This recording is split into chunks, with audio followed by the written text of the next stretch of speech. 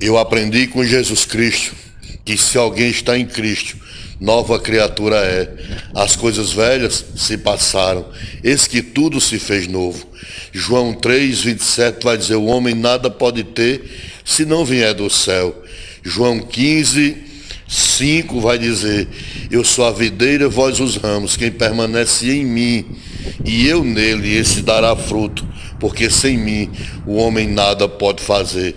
Ou seja, a Bíblia nos ensina que nós fomos batizados em Cristo Jesus. Nós somos cristãos. A diferença é estar em Cristo e não na congregacional, na Assembleia de Deus, na metodista, na batista, na presbiteriana, na católica. Não.